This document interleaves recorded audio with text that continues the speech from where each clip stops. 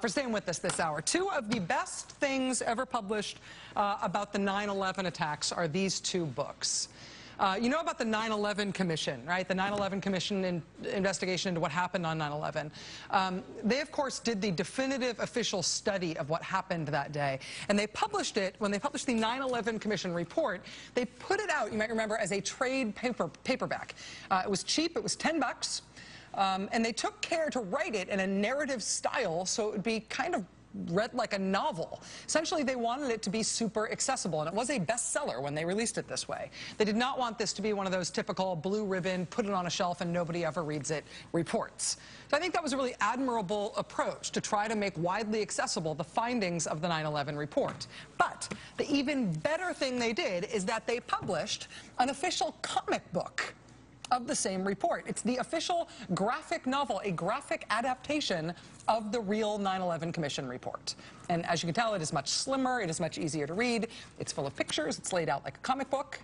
And although it contains the same information as this big book, it's laid out in a way that can be even more accessible to people who might not like the idea of digging through something like this, however accessible they made it. You could still buy the graphic adaptation of the 9/11 Commission report. I highly recommend it, whether or not you're interested in the 9/11 Commission or whether you just like graphic novels. So that's one. My second entrant, though, in my fake book club of Rachel's most recommended books about 9/11 is this one. This was actually put out by Popular Mechanics, the magazine that you always read when you're at the airport, even if you don't want people to see you reading it. Popular Mechanics wrote this book not about the 9/11 attacks overall or their larger meaning. It's not like a holistic take on what happened in the attacks that day, the way that the 9/11 Commission was. This was written specifically to take on the claims of the people who said that 9/11 didn't really happen, or that 9/11 was an inside job, that 9/11 was not actually an attack on our country, but was rather a hoax perpetrated by our government in order to enslave us or something.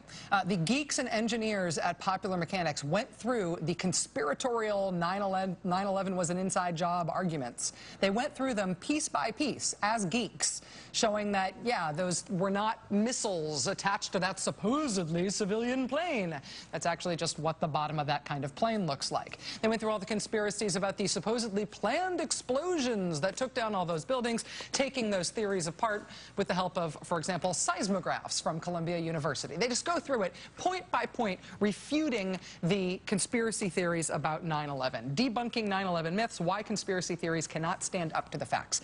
Popular Mechanics did it as a series in their magazine, and then they did it as this cheap book. You can still get it. It's very good.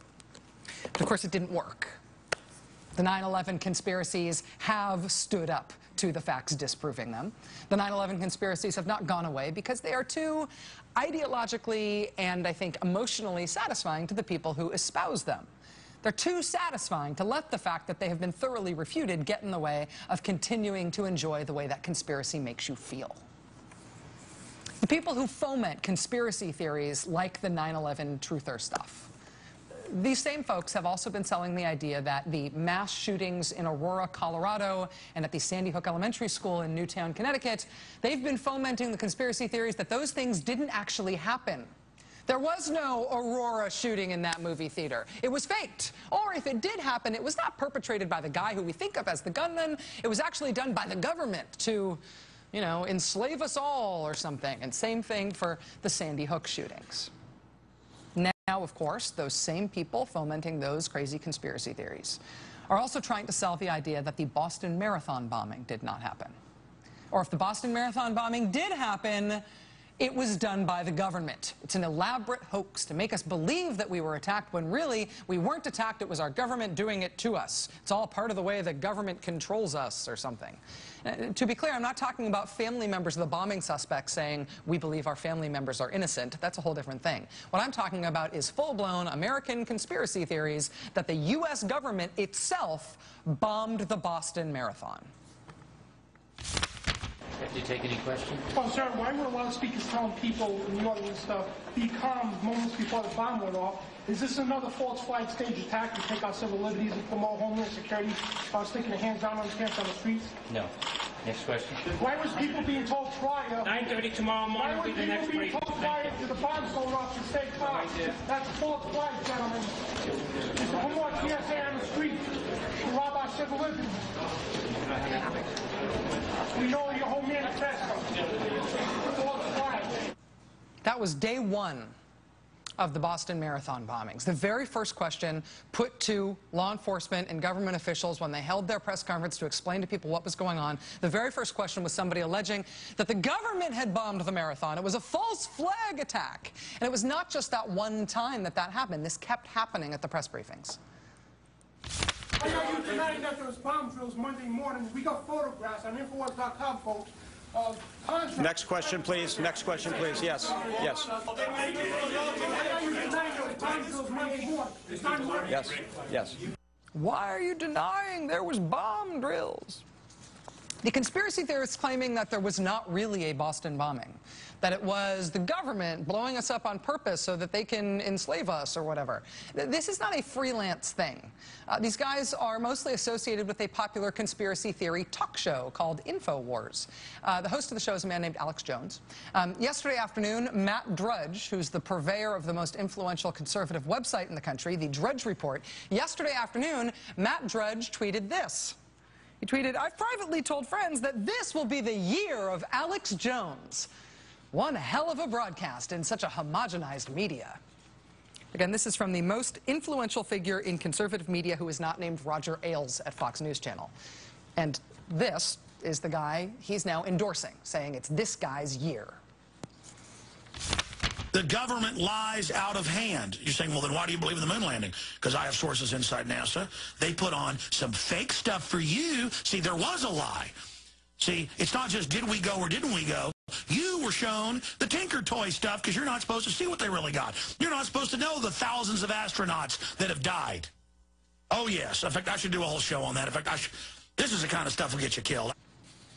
The night of the Boston Marathon bombing, that same conspiracy theorist guy said, quote, our hearts go out to those that are hurt or killed, Boston Marathon, but this thing stinks to high heaven. False flag. And by false flag, he means a cloak and dagger, super extra, double top secret black ops operation that the government carries out in such a way as to make it look like the operation was done by somebody else. He means the U.S. government bombed Boston. So our own government could make it look like we were under attack by somebody else so they could use it to their advantage somehow. That's false flag. That's what he's saying happened in Boston. He thinks that happens everywhere. He thinks that about everything. You saw them stage Fast and Furious. Folks, they staged Aurora. They staged Sandy Hook. The evidence is just overwhelming. He also thinks the evidence is overwhelming that the government staged the Oklahoma City bombing, that the government staged the Space Shuttle Columbia disaster. He also says the evidence is overwhelming that President Obama is now personally the global head of Al-Qaeda. See, folks, the evidence is just overwhelming. Do I have to spell it out for you? Are you blind? A Republican state representative from New Hampshire this week posted this statement on Glenn Beck's Facebook page. Again, she's an elected official. She's a state representative in New Hampshire. She posted a link to this Alex Jones InfoWars YouTube video that's titled, "Proof! Boston Marathon bombing is staged." She then compliments Glenn Beck by saying that the Boston Marathon bombing happened, quote, just as you said it would happen. The Boston Marathon was a black ops terrorist attack. InfoWars broke the story, she says. When her local paper, the Foster's Daily Democrat in New Hampshire, called her for clarification, she insisted that she meant every word, saying she cannot rule out the possibility that the U.S. government carried out the Boston Marathon bombings. Also, there was something about John Kerry and a Saudi Arabian man at the bomb site, something, something InfoWars, something, something Black Ops, something, something. Are you that blind? Literally, that was from her quote at the end of the article. Are you that blind? The Glenn Beck, Alex Jones conspiratorial froth on this is not just bubbling up among random elected Republicans in state legislatures whose names aren't worth bothering pronouncing on television. This sort of stuff is also sloshing into the U.S. Congress. 4 Republican members of the House, including the Republican member of Congress who chairs the Homeland Security Committee now, and the Republican member of Congress who used to chair the Homeland Security Committee, They have written a letter now to the Homeland Security Department demanding an investigation into Glenn Beck's conspiracy theory about the guy who Glenn Beck is pitching as the real bomber in Boston, who naturally is being protected and controlled by the U.S. government, by Janet Napolitano, and by First Lady Michelle Obama. Oh, yes, the First Lady is in on it, too. Just like Sandy Hook and Aurora and Oklahoma City and the moon landing, it's all the government coming to get you. The right has always had this to contend with. The Alex Joneses of the world and the Glenn Becks of the world has always been out there on the fringe right, eager to decode anything that seems complex or upsetting in the world to make it very simple for you. To make it very simple so that every story in the world has the same implication, which is that all of your suspicions and prejudices are true, that the world is in fact a very simple place, that people really are out to get you, and that you do understand all of it, and that you can trust no other sources of information about the world other than these gentlemen who would please like you to send another $19.95 for another month's subscription, since they are the only people who will tell you the real truth. Conspiracy theories are a great American pastime, and not all of them are on the right. There's plenty on the left as well. But the American right now is embracing this stuff way more overtly than they have in the past. And it is happening at the same time that the supposedly non-fringe conservative media, the part of the conservative media that's supposed to seem like the mainstream media, it's happening at the same time that that part of the conservative media has decided to essentially give up all pretense of restraint on just blaming Muslims, blaming the Muslim religion, blaming Islam, calling for Americans to blame all Muslims, suspect all Muslims in response to the Boston bombings. We know there's one bottom line. In the Muslim communities around the world, they do not like us. American Muslims. They largely remain silent. This is a situation we all face in America. The jihad is real. Radical Muslims are killing innocent people and threatening the world. You know, we bring these people in, even though they're radical Muslims. We have to figure they don't much like us. We bring them in. Let me just say this about the access that Muslims have in this country, whether they're American Muslims or whether they're here on a student visa. It is enormous, the access that they have, and it is virtually all radical. Senator, very quickly, there are some who are getting very leery of all the Muslim students in America. What other theology in this world justifies murdering innocent people? The answer is only radical Islam allows terror murder.